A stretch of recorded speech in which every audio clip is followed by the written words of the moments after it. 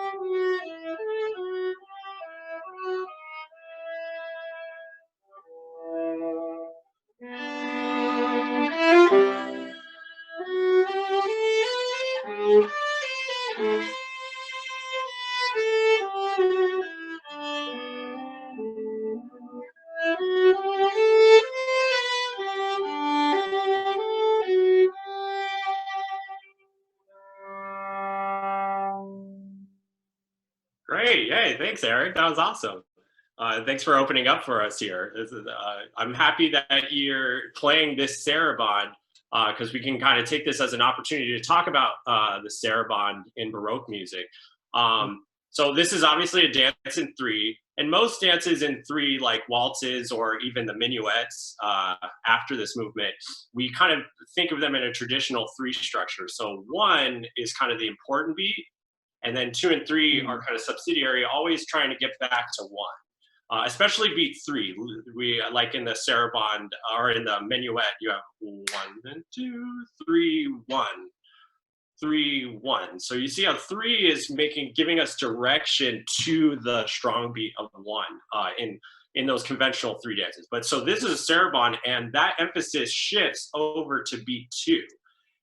And it's not anything that's too, you don't have to do it with literal weight or too much of like a ictus on the second beat. But what Bach does, especially in this saraband, is all of the interesting resolutions and harmony progressions that we have in this movement all kind of fall in that second beat. And I think out of all of the 6 Bach cello suites and the sarabands from each of those suites, this one follows that saraband rule the most kind of simply and succinctly. The others, you kind of have things that you never really get a strong resolution on B2, or you're sustaining through B2. So it's kind of becomes a little bit more obfuscated to figure out that emphasis plan. But this one, it works really perfectly for. And another thing that a lot of people have difficulties with in this saraband in particular is rhythm, because we want to emote and be espressivo and kind of relax into the piece, especially since it's the one slow movement out of the whole suite. But I think that rhythm is still really important. Even though it's slow, we still want to have a steady progression of 3. So to kind of explore that a little bit, I'm wondering if, so like, here, if I'm going to write a little visual aid here. So I'm going to use the saraband or as our one example, and I'm going to use the minuet as the other. And so in the minuet, like I said, a dance in 3, but the circle note that we're aiming for is beat 1, right? Right. And beat 3 leads to beat 1 when we're thinking in any kind of conventional dance in 3. But this saraband is unique in that we're framing around 2. So now we kind of have to shift all of those things over by 1 beat. So we have 2 as the major beat in the middle, but you have 1 acting as that leading beat. Right. So it's kind of it's a weird thing to kind of get going, but I think what we could try to do is, if you could skip beat 1 for now, and could you just start on beat 2 on that C major chord in the first measure there, and think of it as beat 1. So we're cutting out the first note for now, and we'll add it back in. But I want to get you thinking about that, aiming for beat 2. So start.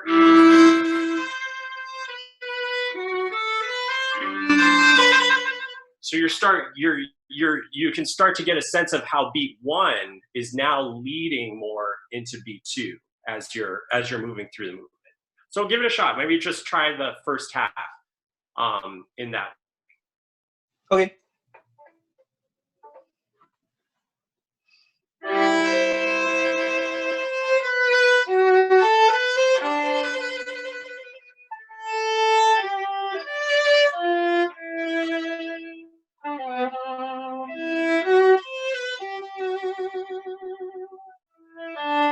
Sorry.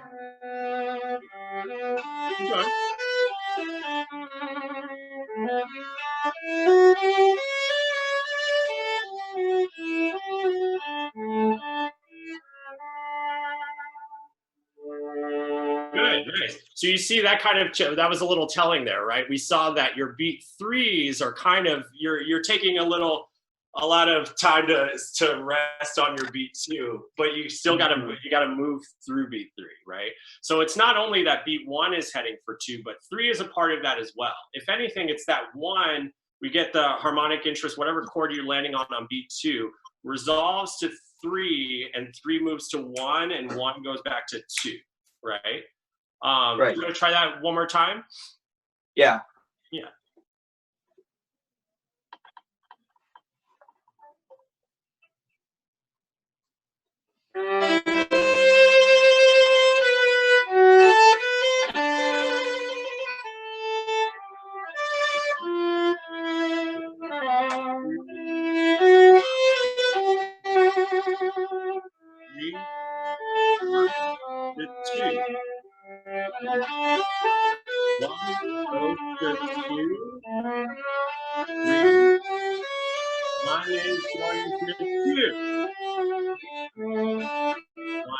Back to 2. Now take the repeat. Oh. The repeat? Oh, sorry. Okay. Well, no, it's good. It's good. Good. Yeah. So does that feel a little different? Yeah, it does. A little bit, right? Yeah. So now we got to deal with this first note, the problem of this first note. And this is another kind of quintessential question in this saraband. It's how to play this first note and it not be super awkward. Most people do 2 downs, right? With a breath. There's a space in the sound before we get our C major chord, right? So, but with this new idea of 1 leading into 2 and 2 being our destination in these measures, could you try it once with an up bow on the first note? You see how, because when we add it as an up bow, it gets more direction, it naturally heads into beat 2 that way. So can you just try that? Yeah. Yeah. So just do it on an up bow and then down bow on the second beat, just to get the.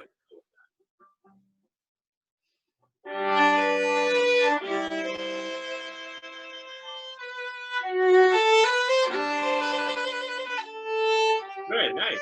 So that already had a lot the direction that we're going for. So now we need to try and get that same thing to happen with the use of down bow. Okay, and I think what a big part of it is the circular motion of how you do your lift. So when you do that first down bow, have the lift be in a way that it still has that sense of we're going to beat 2, and that retake is taking you into that stronger beat 2. Okay, right out.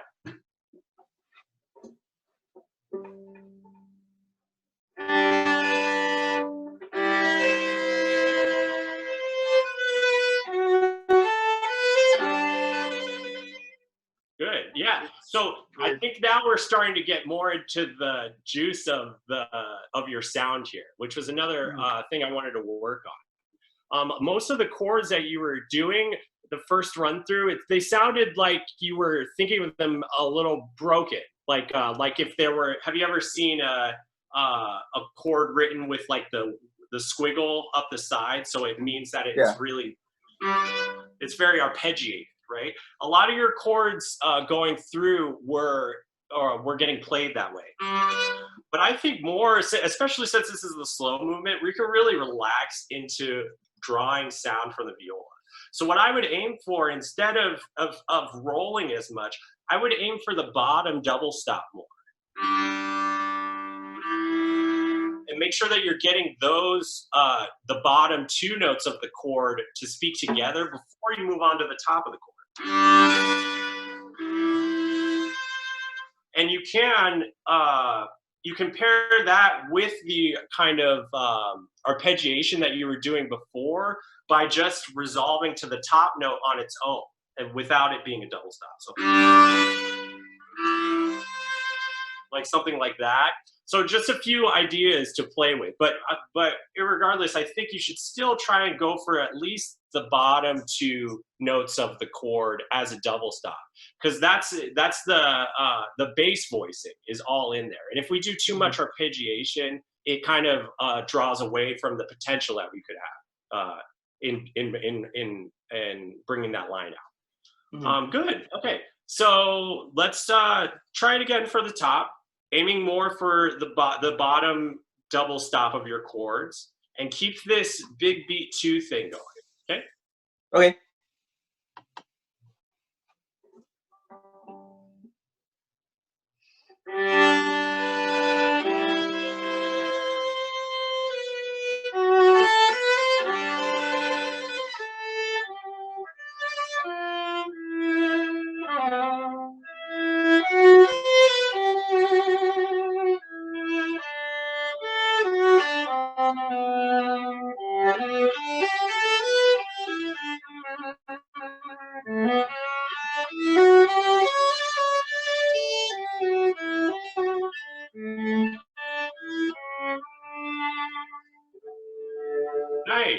Just one last thing. So take your time on these big beat ones in this last, so the last 4 measures you have. The third from the last measure, that big beat one. I like that you're not getting bogged down by beat 1 on the beat. And you're going to beat 2, which is great. That's what we should do. But I think you're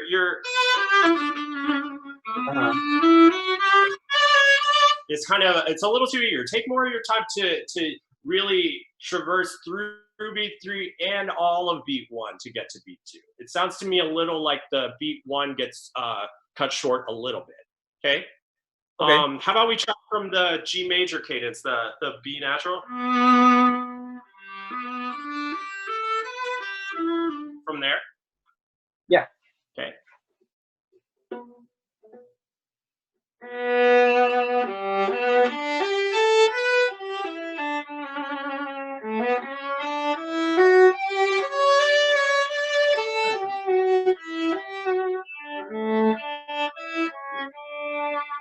Go on.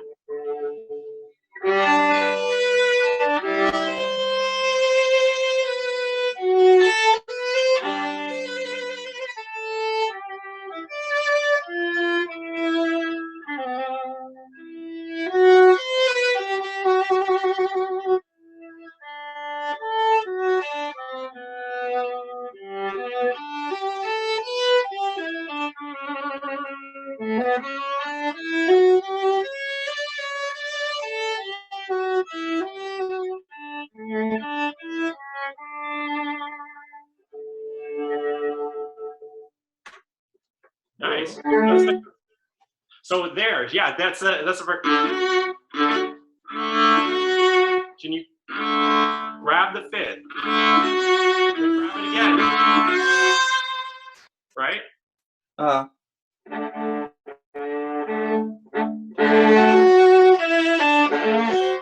sorry.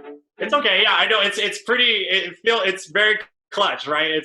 That's why I think you were doing the arpeggiation, but it's really about finding that them both together. It's really about them speaking simultaneously. I think that's the difference between what you were doing before and what we're trying to get you to do now. Is don't just go for the bottom and then come off of it, but go for both and let them really ring.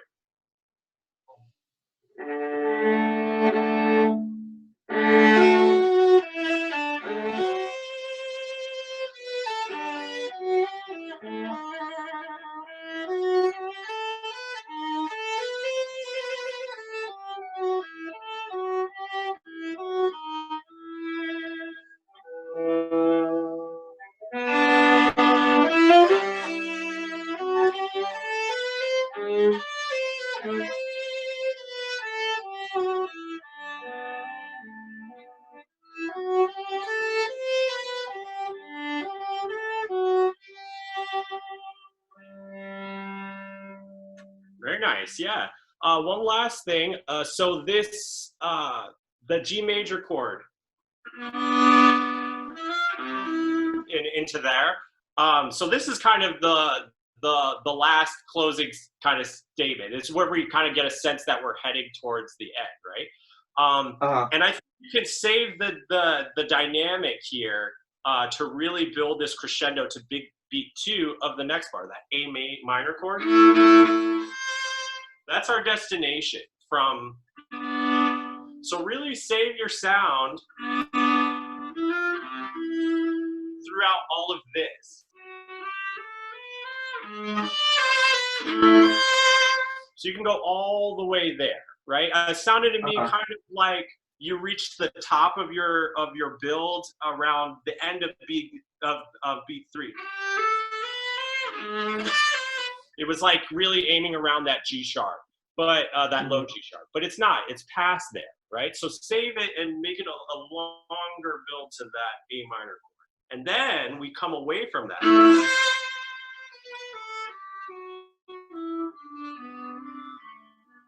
All the way to beat 2. So it's just as much crescendo as we did getting to the A minor chord. We do just as much coming away to the G major chord, the second to last measure. Okay? Right. Right.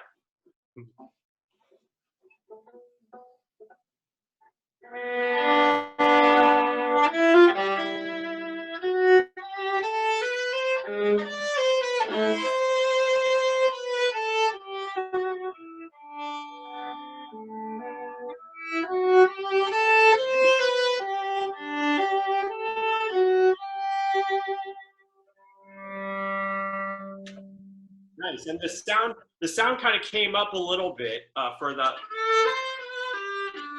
Would you might want to try experimenting with staying piano?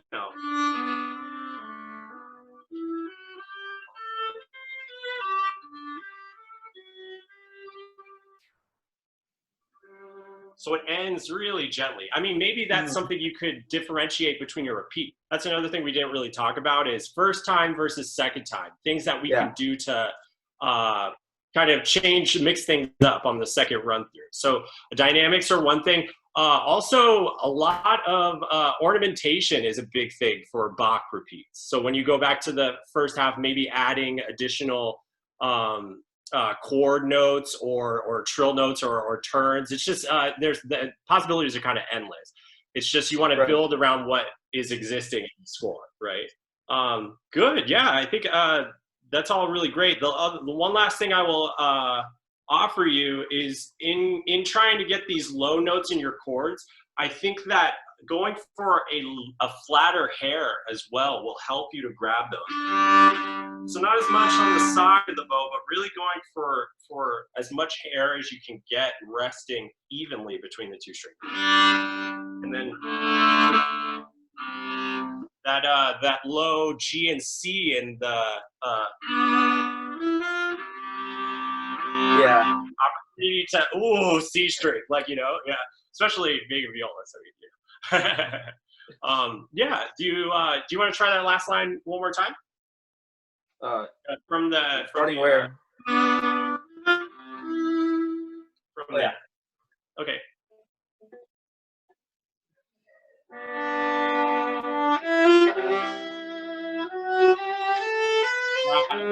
So still. I want.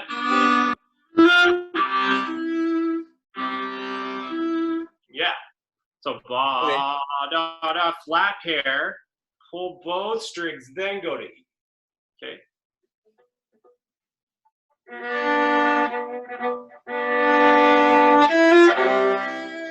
Good.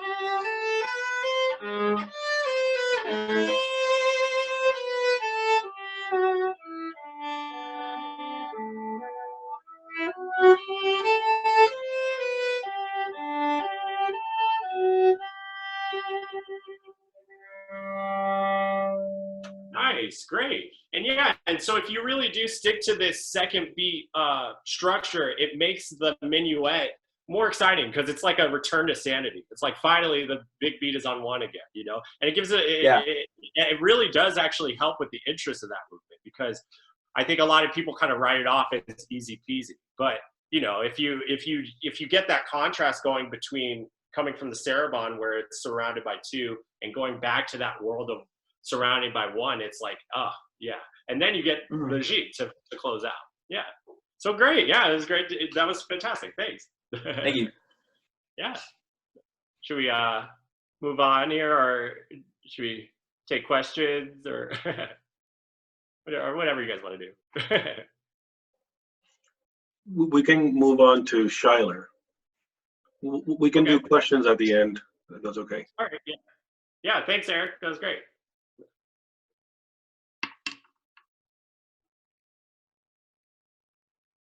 Is Shyler on the line?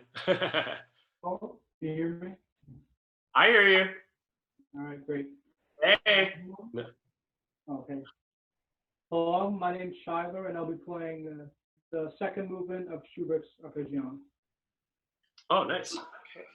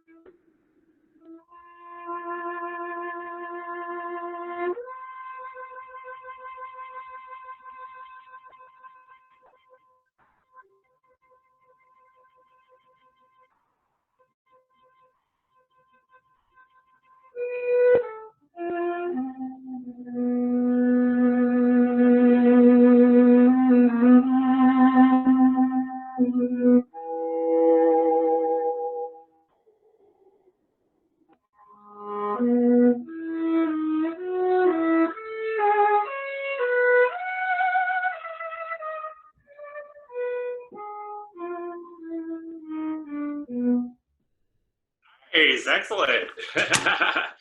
Yeah, great.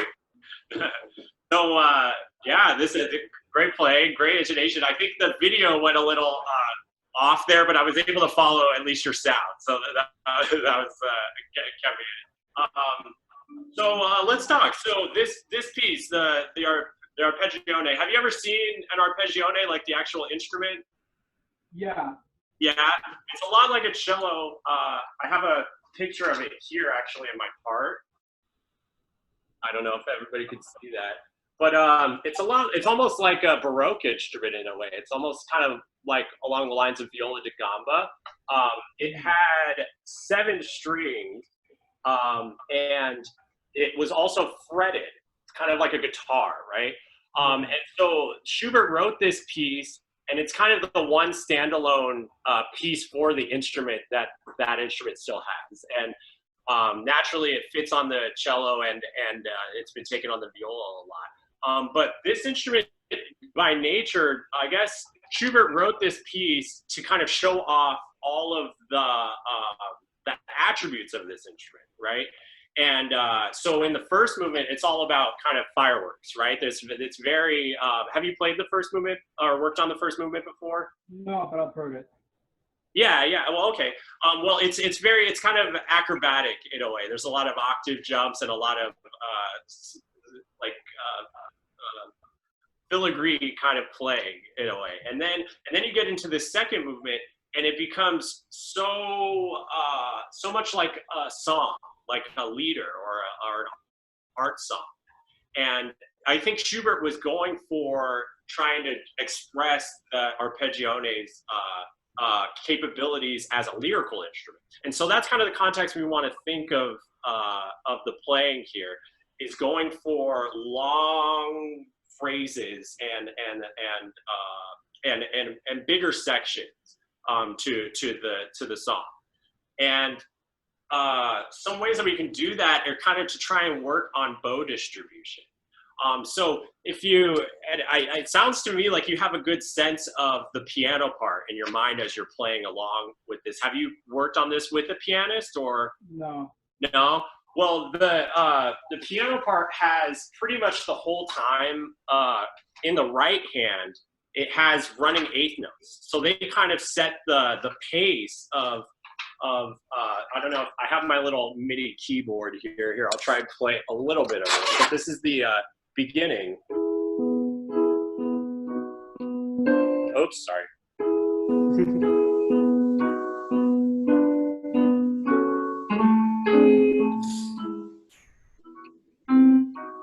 get what I mean. But there's these eighth notes that are kind of ebbing along, right? Sorry about my pianistic skills here.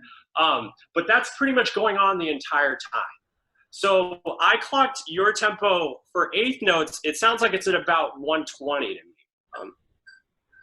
So these would be your running eighth notes. Do you have a metronome handy?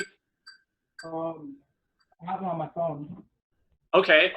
Yeah, let's go for it. So if you could set it at 120, and what we're going to try to do here is to see if we can't work on a bow usage that tracks that eighth note level. Okay. So what I want you to try to do is to do 4 measures of an up bow and 4 measures of a down bow. Maybe we could just choose the first note of the piece. So the B. So you're going to set your metronome going. Here are those eighths. And we're just going to move the bow.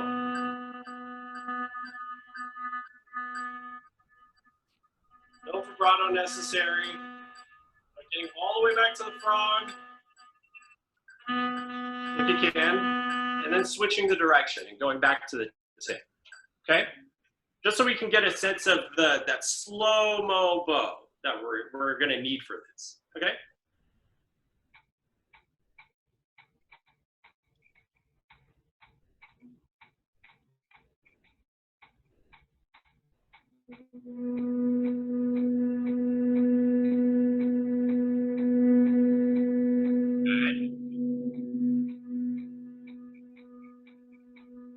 Then switch. Save it. Now we're at the half, 3/4, and then the tip. Great, that was good. One thing that will help with getting to the frog there is to really make sure that you're keeping your elbow up so that you can rest that arm weight into the viola. I know it's especially starting here at the tip, the elbow's kind of in one place, but as we get past the middle, 2, 3, 4, 5, 6, so I'm at the middle, I want to really kind of hunch that up a little bit so I can stay in the string. And then back to the tip. All right. Yeah, try one more time.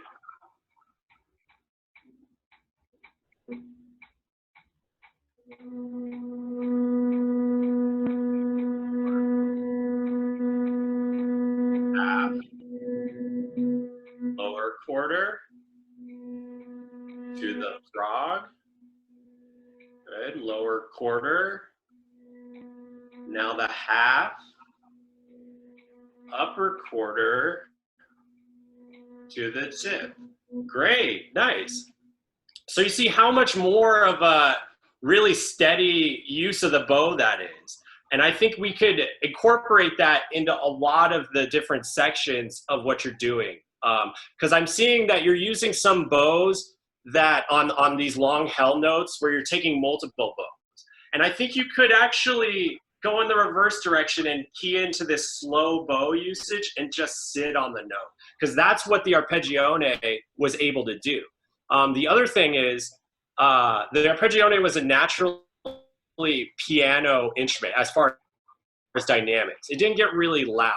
And if you notice throughout this movement, the highest dynamic that you get is usually a mezzo forte, if not a forte at most.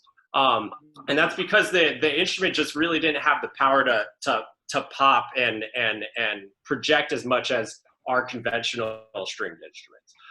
And so that's something you kind of have to respect and key into in playing this. So you kind of want to lean into that piano, that soft kind of palette of dynamics. Okay. So now let's go back into the piece. Okay, with this in mind. And try at the beginning. I liked what you did, but can you sustain this piano for longer? Like, I think really we shouldn't get out of our, we shouldn't be projecting as much until the mezzo forte. You see the da da da da da da da. It's there that we're really able to open up. But if we can keep a cap on everything for these first 12 or 16 bars, I think it'll make that opening up more impactful. Okay? All right. Yeah, so let's try it from the top.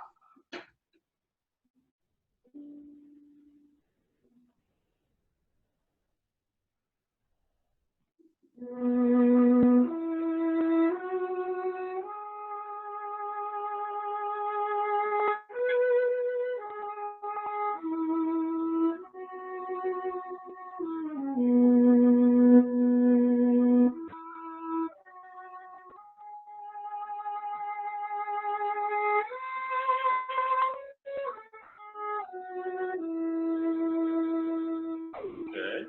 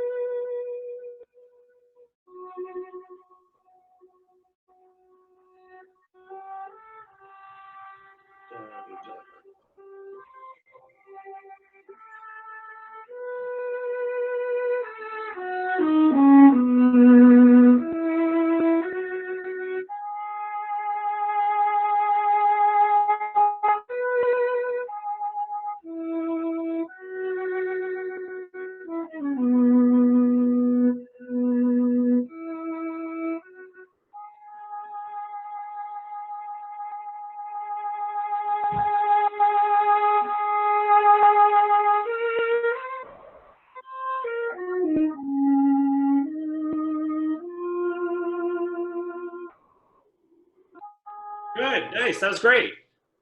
So let's go back now. So we got a good piano we were saving for that mezzo forte, and that's great. But now we need to add in those hairpins. So now it's okay in those to come out of that piano for a brief second, but then you got to go back into that piano. So the first one.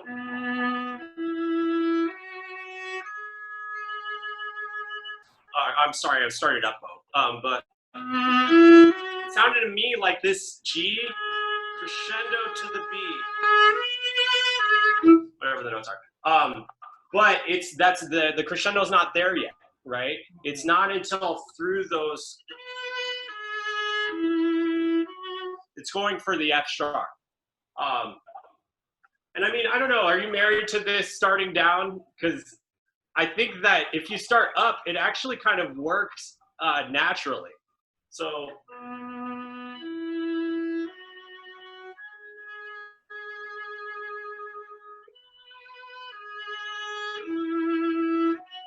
See, I can use that up bow to get to that F sharp that way. But just something to think about. And then,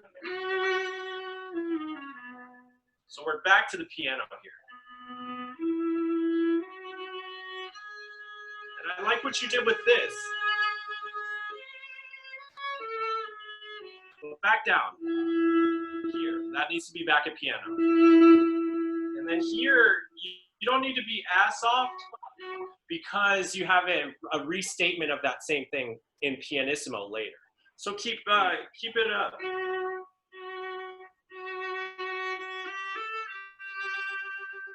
Hairpin. Back down. Now that B, sustain piano so that this pianissimo works.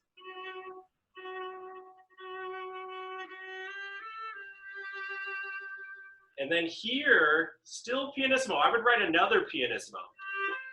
So you don't come up too soon. Because see how that is more of a 2-bar crescendo from there.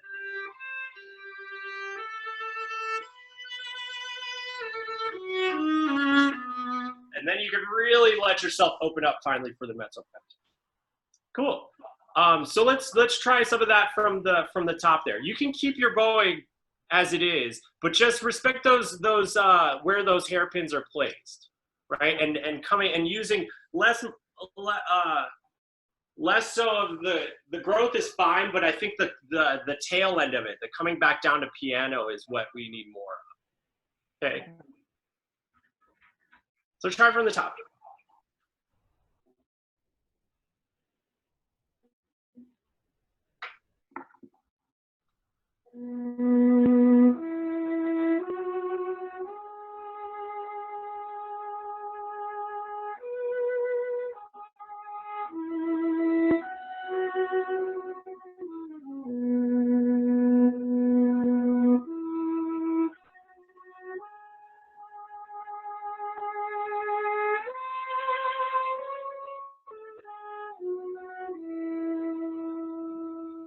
Keep a strong piano.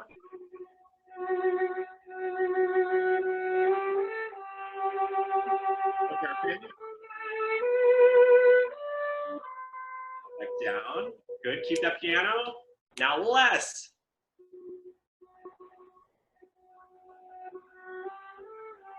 Good. Still pianissimo. Now build. Open up. Good. Stay in it. So strong mezzo forte. What? Oh, I'm saying, yeah, and then once you get that mezzo forte, once you get in there, you have to stay in there, right? It's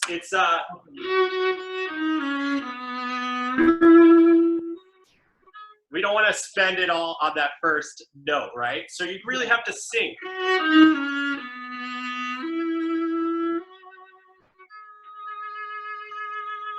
Yeah, and just really flesh out that mezzo forte in each and every note there.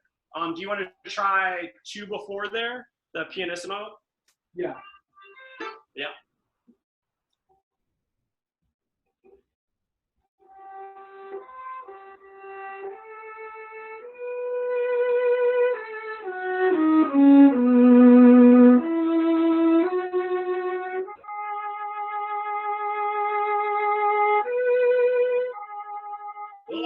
Stop. Yeah, da, da, da. It's not until there that we go down. Yeah, da, da. There it is. In my edition, there isn't. Is there a hairpin mark there in your edition? Yeah, I have a diminuendo, but no crescendo. Oh, okay. I'll have Here, let me check the score here.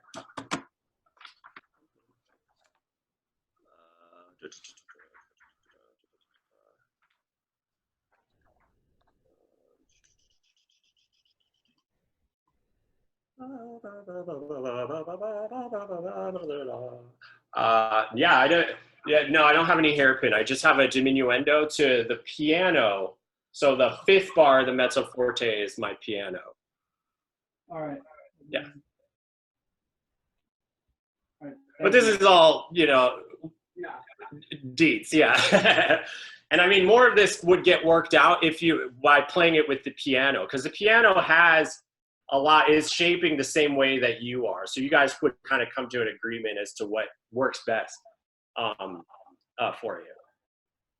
So how about this? Let's go to the second statement, the piano.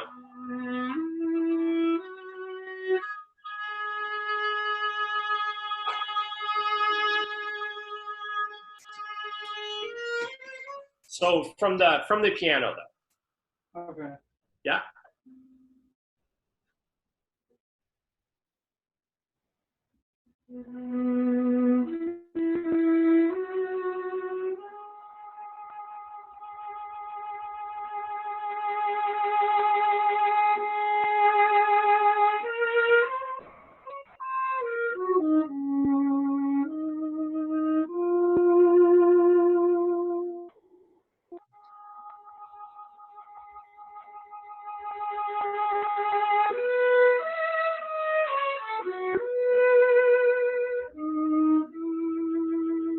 Yeah, so here's an example of potentially too many bows. You see how, do you have the original going is,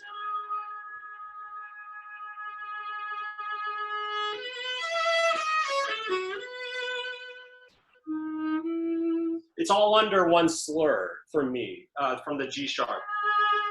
These two are joined. And so this is where that activity that we kind of did at the beginning would help out. So really super slow bow at the beginning. Dun, dun, dun, dun. And then for the last 2 notes that are the end of it, we can choose to spend. So we've saved so much that we have that room for those 2 8th notes to move through them into the next beat, right? Or with the bowing that you're doing now, it's kind of the same story, just with a different bow.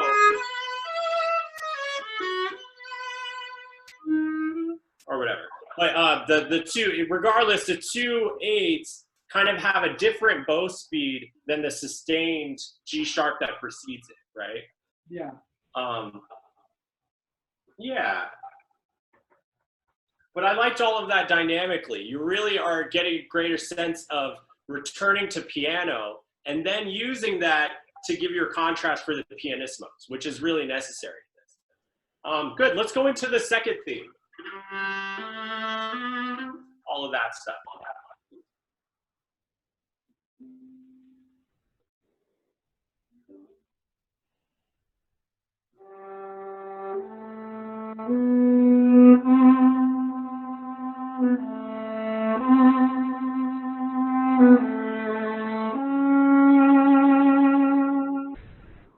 Nice, hold on right there.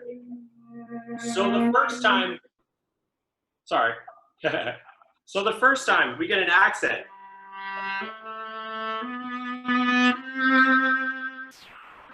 But we're still, it's an accent within piano. So it doesn't need to come up too much, but you do need to continue thinking of the longer line after it, because that measure crescendos, right? Accent. Then this one more of a. So thinking more of if you could draw the crescendo in those accented measures and bring that out more. Less so the accent, but more the direction of where the accent is trying to get us to. Okay, you just cut out for all of that. Oh no, okay. So I was saying the accented measures. The first one is an accent within piano. So I don't think too much of it as far as dynamic wise, but more to kind of do it within piano and think of the crescendo that's happening, that it's happening within. That one measure still needs more direction of a dynamic growth into the next one. And then the next one does it even more. That last is a big growth into this forte piano. And then the forte piano is not an accent, it's even more of it's more than an accent. It's a sudden return back to a release kind of back into piano. So just, I'm thinking, I guess what I'm trying to say is just longer line through those, all that accenting stuff. Do you want to try one more time? Through there.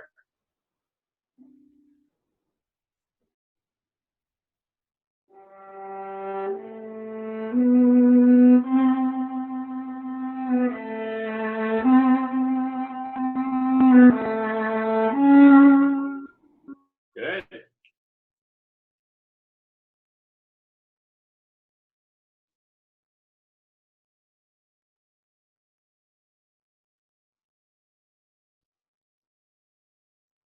Yeah. I think that, oh yeah.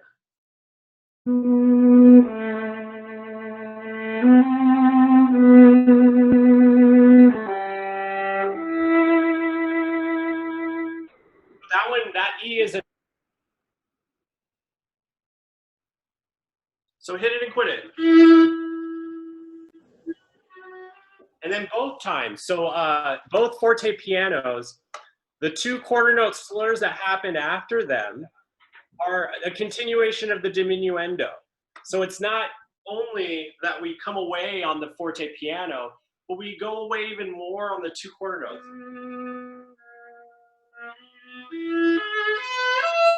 Or whatever.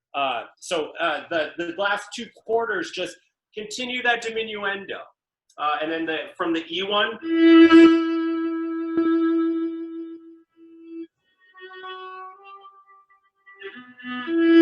and then you move on from there. Yeah? Do you want to try the second time?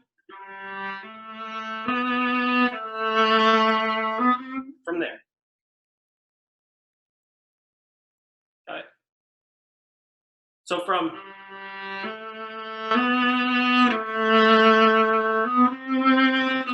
there. Okay.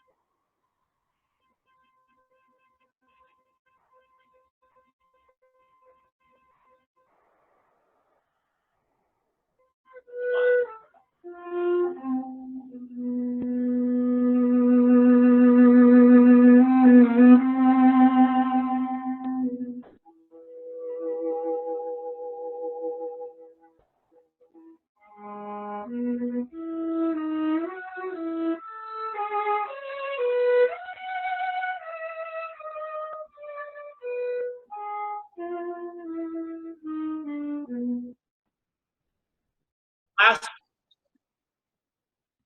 two.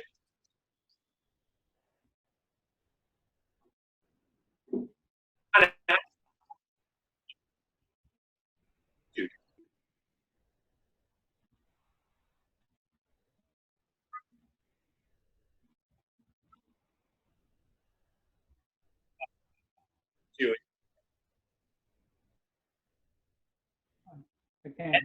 can hear.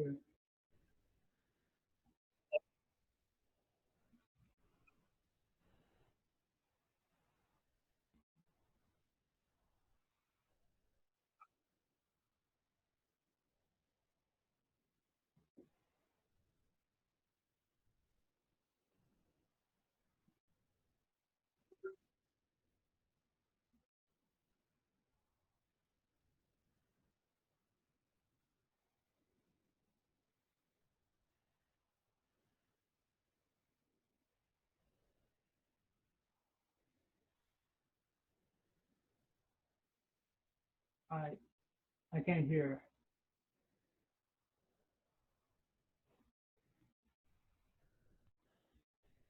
I Omar, can't hear. your audio went away for a little while there. Uh,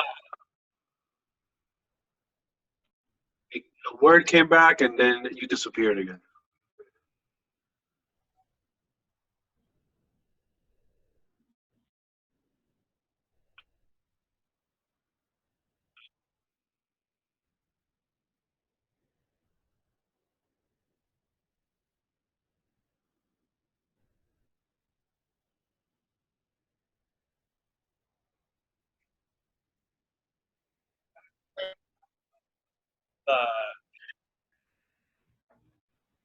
It's cutting in and out.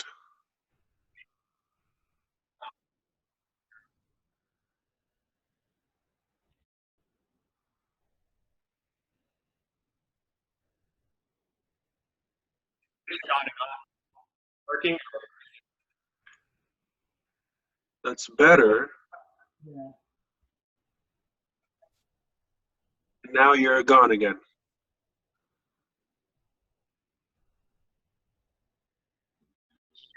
It's kind of it's,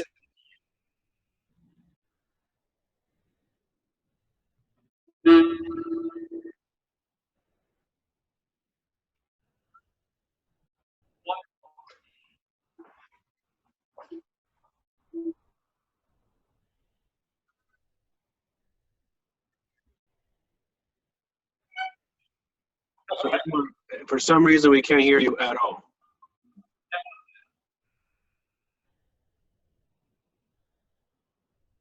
There's like no sound coming through. Shyler, do you have any sound on your end? I don't hear Omar. I hear you.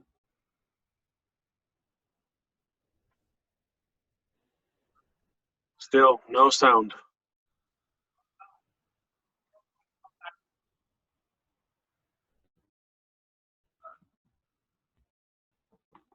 I think he's gonna try to come back in.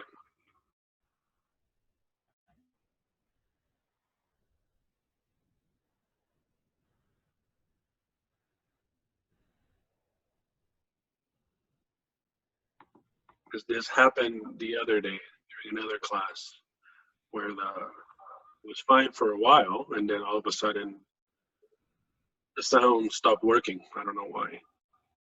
All right.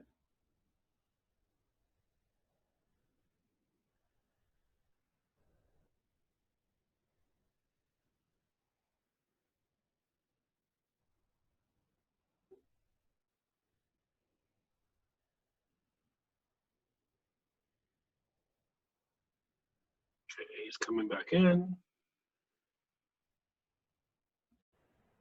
Okay. You speak a little bit, Omar, see if it comes through. Yeah, I just tried calling back in. That's that. We can hear you really well. Okay, great. Hey, there we go. Technical difficulties. So what I was trying to say is just this ending. So this last 5 bars is kind of like a pensive moment, right? But I was just saying to keep in mind that it's still in 3. And so you want to end things on the E. 1. Oh, sorry. 1, 2, 3.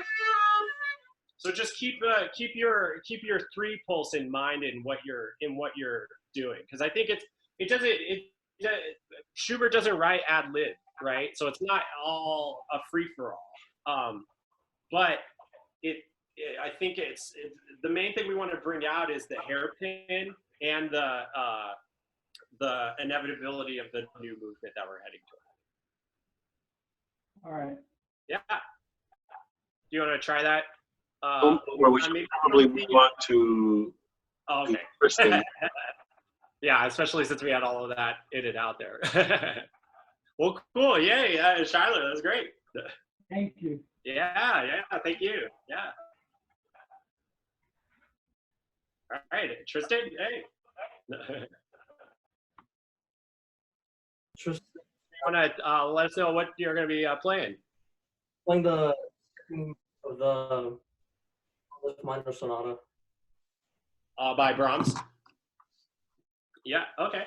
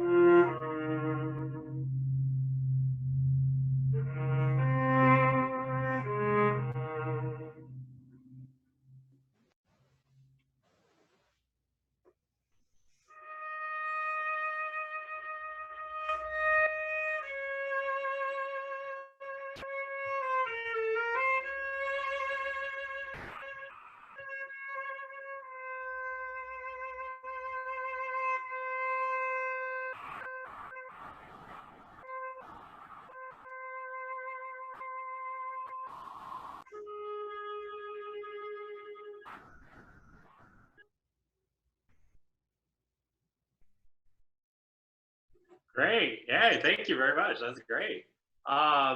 So have you gotten a chance to do this with piano at all?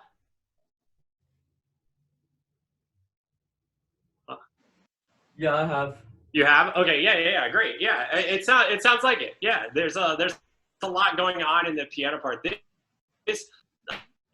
So Brahms wrote these sonatas at the end of his life, or near the end of his life, and he had actually quit composing for a while, and he heard this amazing clarinetist that inspired him back into writing music. And he came up with these pieces. He came up with the trio, piano trio, and he also came up with the quintet. And oddly enough, they all have a certified viola transcription to them. So I think it's such a contentious thing in the music world between violists and clarinetists. But I think we're both, chill groups of instrumentalists, and we just like to hear the piece played well, right? But I think I definitely like this piece more, this sonata more on the viola personally, just because of the F minor of it all, and it kind of fits to the dark tones and things that we get in the viola. But what I will say is that he did have the clarinet in mind originally. And so we really have to think about that in our choices for lines, right? So we have these long-term slurs that are written in. And when you think about it, those are put in for clarinet players to signify where breaths are, right? Not necessarily like it's not all cut and dry like that, but it is definitely the phrasing architecture is built around those. And so I'm wondering if we might try to go for more of bringing that out. I noticed when you get to that espressivo at measure 7, you're splitting.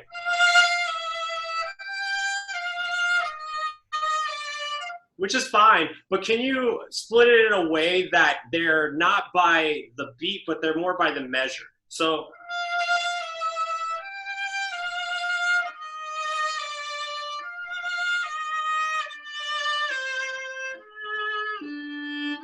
I guess it's that the down bows need to not, or the up bows need to be not as much as the down bows here, so that we can get the phrase to go over a little longer. Try that out. Maybe from just right on it.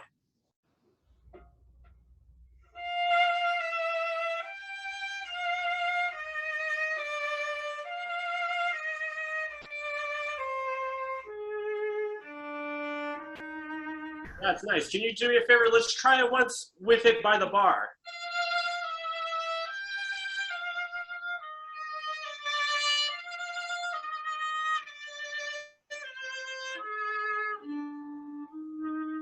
Can you try that?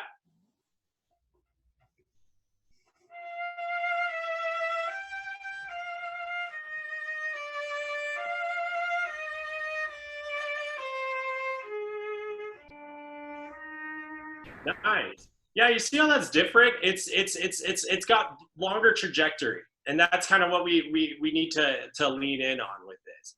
And if anything, I think the story is saving at the beginnings of your bows in order to get that longer line. So then let's switch back to the bowing that you had, but can you just save more in the down bow and don't move through it as much? Not that, but more held.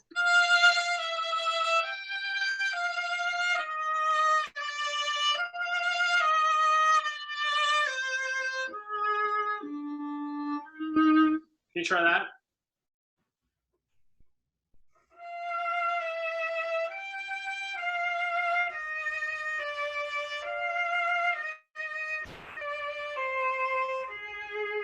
Nice. And then keep going.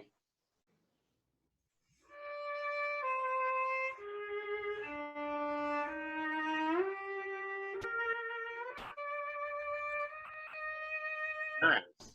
Yeah, see, so when you think about it that way, it's more, there's less intermediary stuff happening. We're aiming more for the downbeats with that phrasing in mind, and that in turn gives us a longer phrase. It helps us to so that there's not as many events happening, but there's more of a longer game in play, right? Good. I really liked your choice of using the A string at the beginning, because it is a poco forte, so it's a stronger statement. And then when you come to this dolce, you go up the D string there, which that was a really nice choice. As far as the getting to that A flat, this is another kind of clarinet-y thing. Clarinets are really good at taking advantage of. They have the ability to play something really low, and then all of a sudden be in the stratosphere, right? And so that's kind of a challenge in this for us. And you did it great. You stuck the note and all of that. I would just think of the hand in the shift. Think of the octave you're creating. So when you're going to this A flat, there's that octave there. And if you think that, then it's right there waiting for you when you switch to the 30 seconds. And there's another octave, right? So think of, when you're going for this A flat, think of the A flat octave below it, just to give you a little bit more support and security in where you are on the fingerboard. Do you want to try getting into that? Maybe from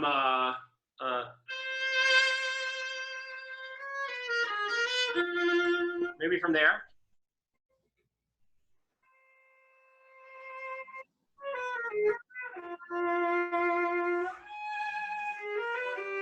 Good.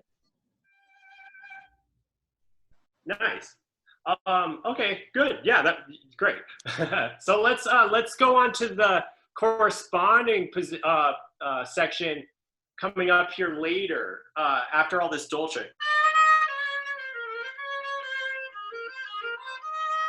Can you try from there?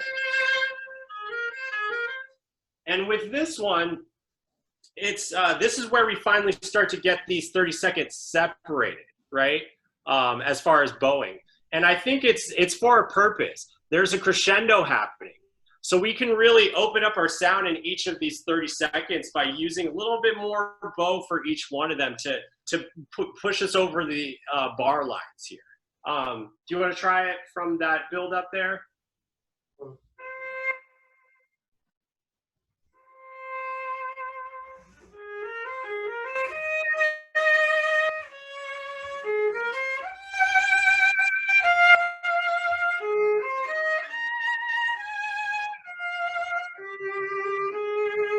Nice, yeah, and it's that one group of 30 seconds preceding the forte. That one's the most, right? Blah, blah, blah, blah, yeah, right.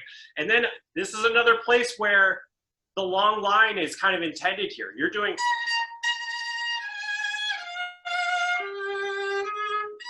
But it's supposed to be.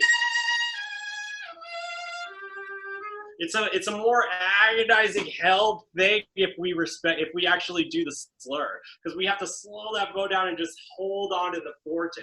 Can you try it for me once that way? So try from where you started, but when you get to that forte, just go for a mega slow down bow. Okay. Go ahead.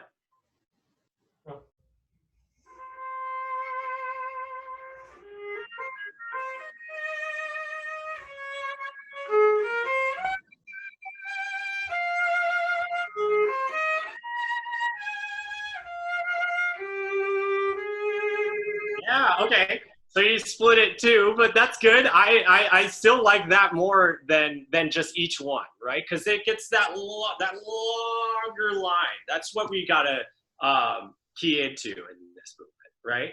Good. So let's move on. Why don't we try a little bit getting into the dolce? All of that stuff. Anywhere you want leading into that.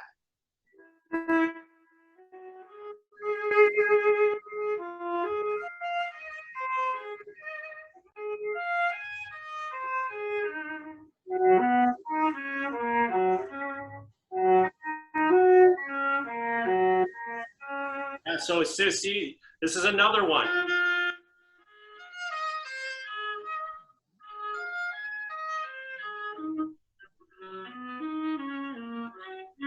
See, these long bows actually really do help it to be one measure, then the next measure, and then the next measure. But if we split too much, it's too much.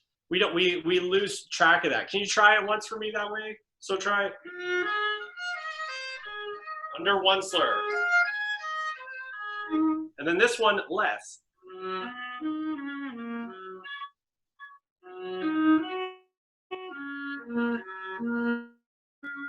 Okay.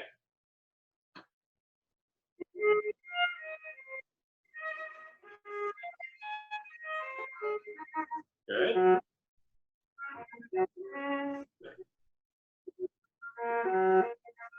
Good. And now slow climb.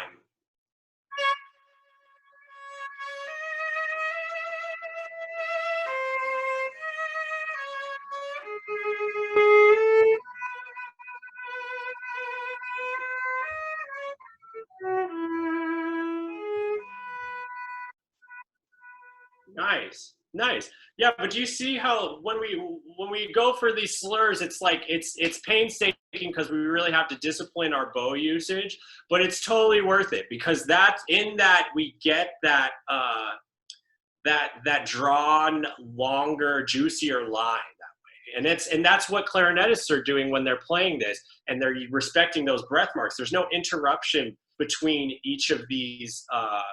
There's no rearticulation. That's the word for it.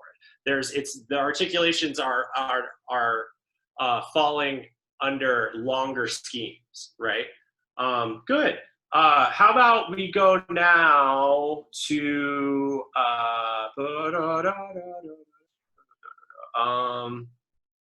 maybe the last statement of.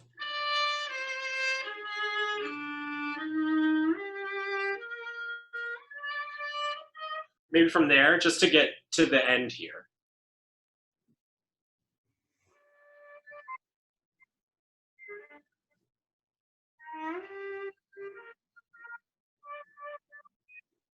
Dun, dun, dun, dun, dun.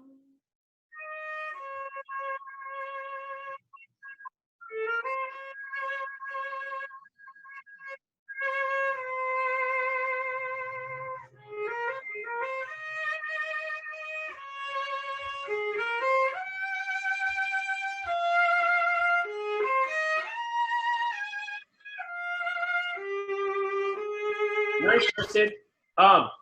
So for that was really great. The up bows, I'm worried about a little bit here. So when you're going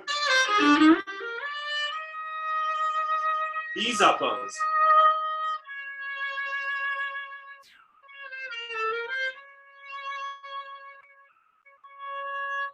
can you keep them piano? Every time you have an up bow, I would write a reminder piano for it. Because you're not kicking it per se, which is the normal thing to do, because it's one note that we have to regain a whole bow with.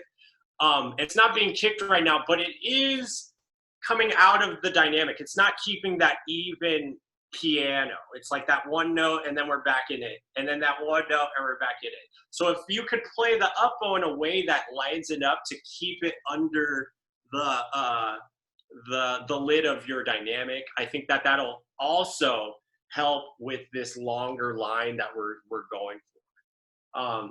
Yeah, and then so this last crescendo that we get, it sounds to me like you're crescendoing to the E flat. To that one, but the crescendo is after that. So don't make it as big of an event so you can save for where it really is and where we really need it. So instead we need.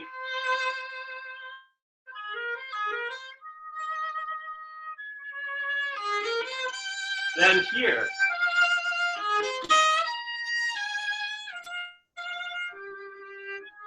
Right? So yeah, just pacing the your dynamics for where they're marked. So try from that same place. Okay.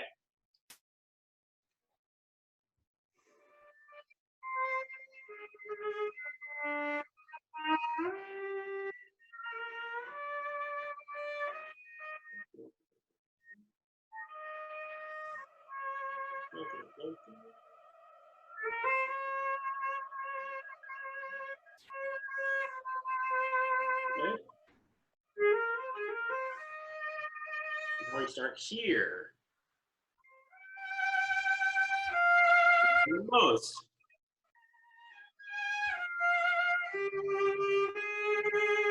Nice.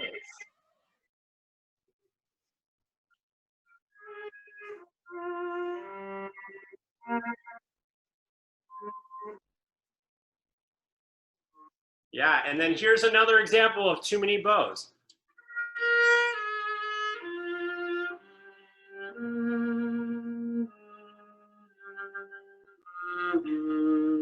It goes all the way from the B flat to the E flat with not too much intermediary with the syncopations that are going on with that 16. Can you try it that way? So it's again the longer phrase they're going for. So try from the piano. From there.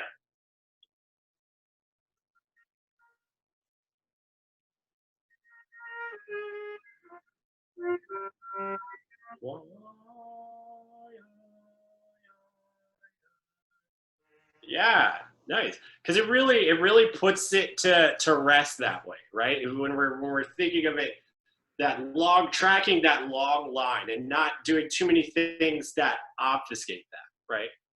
Great. Okay, so I think that's all that we have time for. But that was fantastic. Thank you, Tristan. Yeah. Great, guys. Tristan, beautiful playing. Actually, beautiful playing from all of you. Yeah. So what we're going to do now is I'm going to go ahead and I can unmute everyone who's in the room. Although we'll say before we open up any questions or we start chatting or whatever, something that popped into my mind when Shyler was playing, the whole issue about additions. Mm-hmm. I will warn you, there are a lot of really, really bad additions out there. And if you don't know what I'm talking about, the addition is basically who printed or edited the version and then published it. And the best advice I can personally give you is to look for an urtext edition. Okay? An urtext edition is basically the first publication or like the first edition of something. And that will basically have the closest or the definite information of what a composer actually wrote. So if they wanted something, actually a perfect example was between the Schubert and the Brahmses. Those two guys, a lot of times the slurs they wrote was not so necessarily that you had to play everything in that slur, but it was pretty much the phrasing that they were trying to show you. So if you get a really bad edition that has a lot of changes in it, you might miss on very important information that later on when you're playing for someone and basically it's going to come out that you disregarded, or maybe you never realized that there was something out there that had what the composer might have intended, or at least some basic information from when they first released it. So I highly recommend you get an urtext. Omar was showing his there.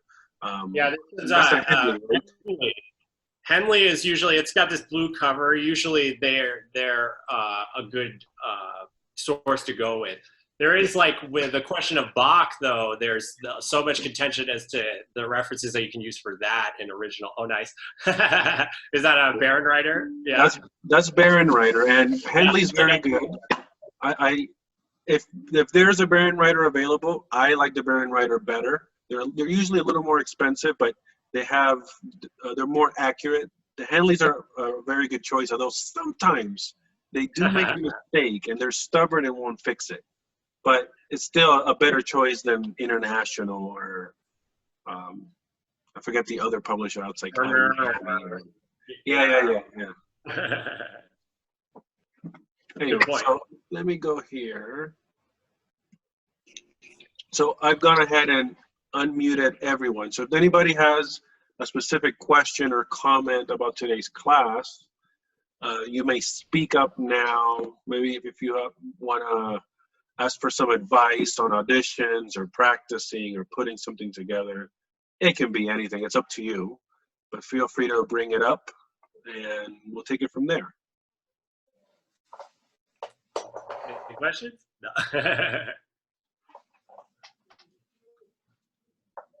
I hear a lot of silence.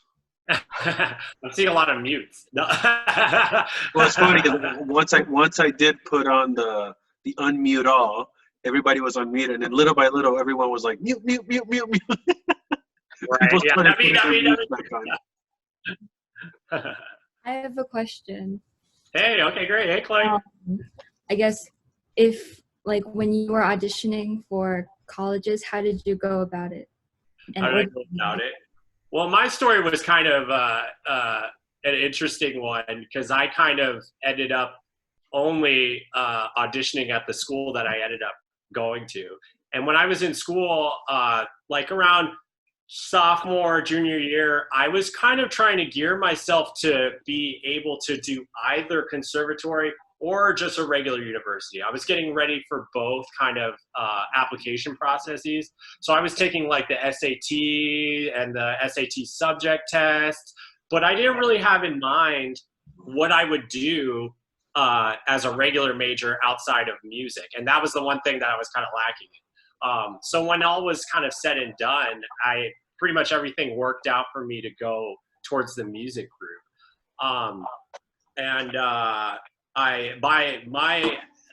The other thing about it is you want to keep track of all of your application deadlines and when things are expected to reach the school.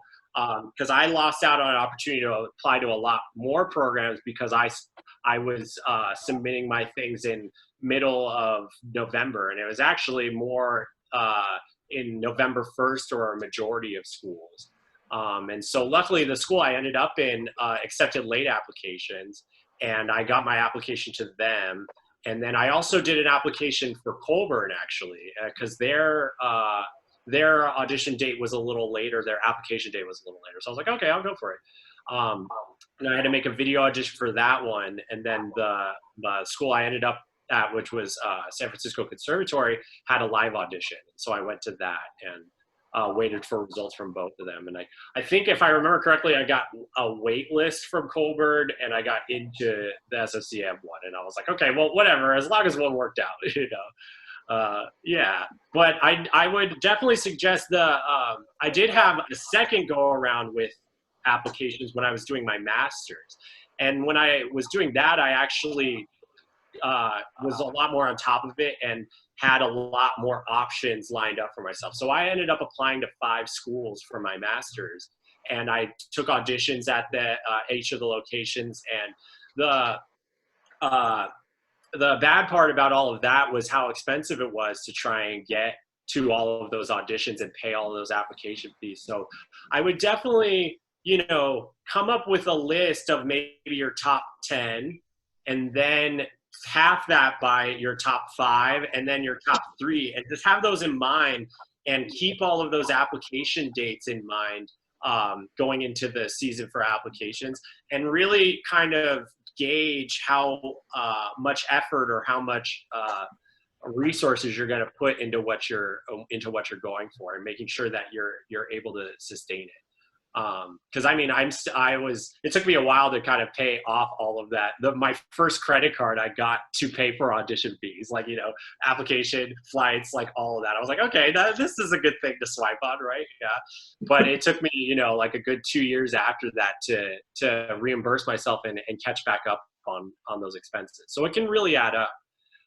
But I think as long as you keep in mind what your ideal is, and then having options to go with that is kind of the name of the game. It's but not to stretch yourself out too thin and be applying to everything. Yeah, I hope that. Yeah, I hope that. Any other questions? Anyone else? If there's not any other questions, I mean, I thought I'd just talk a little bit about this whole crazy time that we're living in, and how we're all kind of insular right now. And it sucks. And I mean, the Harry Potter concert getting canceled, and all of these things that we were all looking forward to getting to do, and having to kind of put all of that on pause right now. It's a bad thing, but I think that this time is actually a really great time to take advantage of working on yourself and working on all kinds of things in your life. But in the context of music, it's a great time to really be practicing with some regularity. And I kind of want to trying to advocate this to my students is trying to get in a routine, some kind of routine of something that you're doing every single day, that you're returning to, and you're finding that you're having you're able to progress in. And that could be a solo, it can be some Bach, it could be orchestra pieces, it could be whatever is unique to you. But I think it's a great time to be committing to that. And for myself, especially, it's been a while since I was in school and I had my own, private instruction and input from others. And so I've been kind of trying to use this time to self-reflect and think of things that I could be working on to help me stay in shape, musically and all of that. And the one thing that's worked best for me is actually going into my scales. And I use my scale, I do my scales in the circle of fifths. So if you're familiar, it's kind of like looking at a clock with 12 hands. Every possible note that we have in music, there's 12 of them, and each of those have their own key centers around them. And so by moving through them in the fifths progression, it's a very easy way to knock them all out in one day. And I like to, so you look at them like with C on the top and F sharp right across from it. You have all your sharps keys on this side of the clock, and you have all your flats keys on this side of the clock. And if it's too much for you to make a full rotation through the scale in one go, I find it's nice to maybe choose one direction. Maybe I start with my flats direction. I'll do C major, I'll go to F, B flat, E flat, A flat, D flat, then I'll get to my F sharp major or G flat major scale, and maybe I'll end there, and then I'll come back and in another part of the day and go in the opposite direction. But however way you do it, it's kind of a way to just be going through this complete rotation once a day. And I found that it's really helped me to think of all kinds of different ways to be practicing, because that's another nice thing about scales is you can do them in so many different ways, rhythms or in double stops, and so it's just a fun way to make sure that you're covering all of your bases. So I would suggest, if you guys don't have a regular routine going right now, I would suggest scales in the circle of fifths. Omar, we and do it's have not just major, there's also the minors too. So that's like 24 instead of 12, so it's like, there's the possibilities are pretty endless. Omar, we do have a question from Lola Pini. Yay.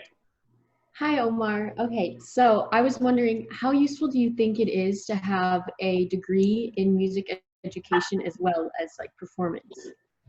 Oh wow, that's a really great question. I think that it is really helpful. It just depends on what your intent is. But I will say that oh, okay, Jack, my dog's eating at the dog bowl. Sorry if you hear that. I think it's a great way to kind of multitask, right? Because in a conventional undergrad Bachelor of Music program, you don't exit that program with any certification to teach professionally, at least in the school district setting. There are some charter school programs that will hire people without that ed background and just kind of based it on your merit and your skill and your experience. But I will say that by doing a music ed degree, there is a lot more hoops that you're jumping through, because you're doing a lot of classes that are based around curriculum, lesson planning, and behavior and things like that. And you're getting more of that and less of the individual one-on-one work on your instrument. So I think it's just a question of your intent and how rigorous you want your music training to be on your instrument, right? Because you can still do a music ed degree and get a pretty rigorous education in your major instrument and have both of those things happening at the same time. But it just wouldn't be as intense as it being a full-blown bachelor's of music. There's a lot more solo playing, a lot more chamber music playing. There's a lot more studying of orchestral excerpts and auditioning and things like that than there are in the music ed. Yes. Is that what you went into, or did you only do performance? I went into a bachelor music program, so I never went through an ed program. But I will say that I have had friends who started in an ed program in their undergrad and then went into a full-blown performance master's. And that seems like it's a good way to go about it, because you get you kind of can get your feet wet in the ed degree and see if it's enough for you as far as the instrument. And if it's not, then you can move towards that for your master's and have that be a part of your plan. Yeah, and then if the intensive performance-based master's doesn't work out for you, you'll have that ed certification that you did in the undergrad to fall back on. So yeah, that's a great question, and yeah, it's a good question to be asking yourself. Thank you. Yeah. Anybody else?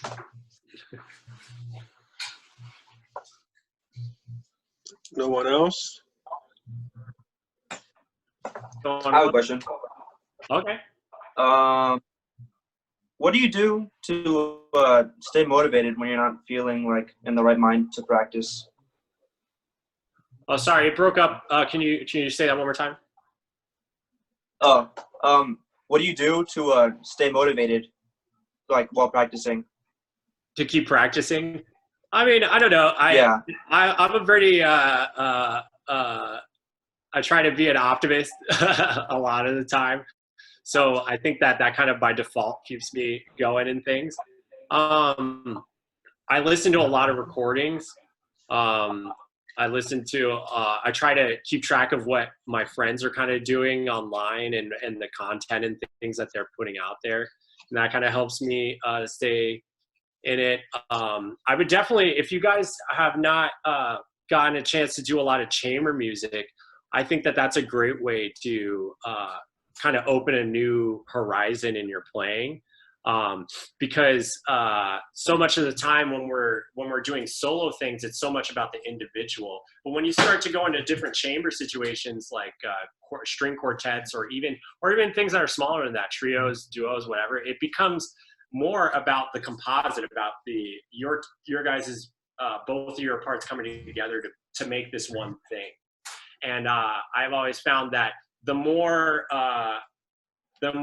difficult and confrontational a group is, the better the product is at the end, because you guys are having those hard discussions and coming up with compromises and things, and really ironing out what you guys want to do with the piece. And I think that's always exciting, even if it is a little bit of drama in the moment.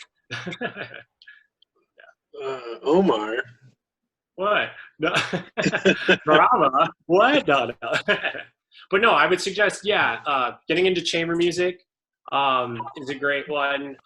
Listening to different recordings, trying to look up players from different countries too. That's another thing. I did a program a couple years back called the Youth Orchestra of the Americas, and it was made up of musicians from all over both North and South America. And it just doing that audition process, you see how many musicians are out there, all around the world, and they're doing kind of the same thing that you're doing, but from a totally different background. And that's one of the great things about music, is that it's a real it's a uniter. It really helps people to get on the same page through the language of music. So I would look into that too. YouTube's a great resource for it, of course. Facebook and different groups on Facebook. Yeah. It's actually very good advice. And if any of you are able to make up like your own string quartet or group, you should take Omar's advice on it. The reason I kind of, when the whole drama thing came up, Because I played in a quartet for over 10 years, and drama is the biggest part of it. Sometimes more than the music, but the great thing about it, similar to what Omar was saying, is your abilities to grow when it comes to dealing with other people, to compromising. That's the hardest part. And I think that, it's learning that's aside from music. That's very important. Of course, you're going to get the music part of it too, but when you're dealing with multiple people, you're bound to have different opinions, and eventually, since it is a group, you're going to have to compromise and come together to an agreement. So it is good advice, and you should consider that as adding it as an activity or a hobby of some sort, aside from whatever music you guys are already doing. Right. Yeah, and one other thing is recording yourself. And like in video or audio, that's another way to kind of stay motivated, because it can be a lot of the time that we're kind of banging our heads against the wall with something, and we kind of get stuck in things. And recording yourself is a great way to get perspective on what you're doing, to listen back to it and hear it without you being in it, right? You're kind of getting a opportunity to step away from it and look at it from the outside, and then come up with ideas based on that. I've gotten to do a lot of different programs around the world just from submitting YouTube recordings. The first thing I did was the YouTube Symphony in 2011, and that was all video audition. And I remember still that process of coming up with that recording. I must have taken 50 recordings of each of the excerpts until I was really truly happy with what I ended up finally submitting. And I find that you can kind of go down the rabbit hole with it and be kind of get too compulsive about the recording and the details that you're trying to bring out of it. But at the same time, it goes back to that same kind of thing with the chamber music group, is that doing that hard work of really asking the hard questions and figuring out the solutions for them really pays off after getting through all of that. There's a big payoff from doing that. So yeah, recording is another one that I would recommend. And then even you could try and do chamber music via recording. You could, especially now that we're all not being able to be in the same room or the same going to school and see each other, you might be able to do a Zoom call or or a Skype call where you guys can play together that way, and maybe make a recording from that. I'm in a string quartet right now that each of us is based in a different city around the country. One's in Miami, one's in Sarasota, and one's in Los Angeles. And so we have normally over the last 3 years met together for summer programs where we are all in the same place and putting a program together like that. But I'm trying now to kind of try and get them to wanting to do more of this distance thing, and trying to come up with things, video content where we're playing together and we can post it that way. So keep an eye out for that, because I'm still trying. It's still in the works, obviously, because we haven't really posted anything yet. But that's kind of what I'm. One of the things I've been working on as of recently with all of this free time. Yep. Cool. Well, I think we're good. I don't see anybody else coming in to ask a question. Well, Omar, it's nice to see you. And yeah, nice to see you too. Yeah. It's been a while. Yeah. Yeah, I can't remember. When was the last time I saw you? It must have been back in March. Well, we did a rehearsal for the Harry Potter concert. Right. At the YAO space, I think. Yeah. Right. Yeah. But that was Right. yeah. I must have been back in mid-March and things. So. Speaking of which, any of you who were a part of that concert, I will be sending out an email. That concert was moved eventually to October, so it's going to happen. Well, let's hope this thing is not around by then, or everything's clear. But we were able to move it. It's still going to be at the Smith Center, and it'll be closer to Halloween. So it'll be October 25, which might actually end up being a good date, I guess you could say, just because of the whole theme. So those of you who, those of you who are coming in, maybe YO as new students, you'll be able to play that. Any YO students who are aging out or graduating will still be able to play if they're around. Obviously, Tristan, you're going up to my school, to Toronto. He's going up to Canada, so he won't be around to do the concert, unfortunately.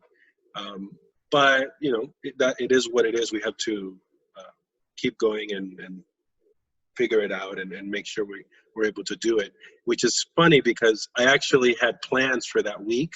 I wanted to do a whole Day of the Dead, Dia de los Muertos concert.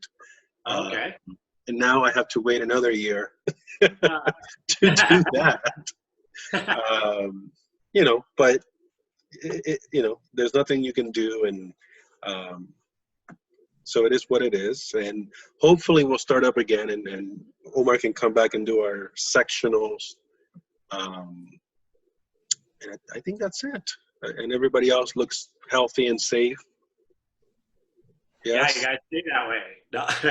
Yeah, stay healthy, stay safe. It's great to see you here.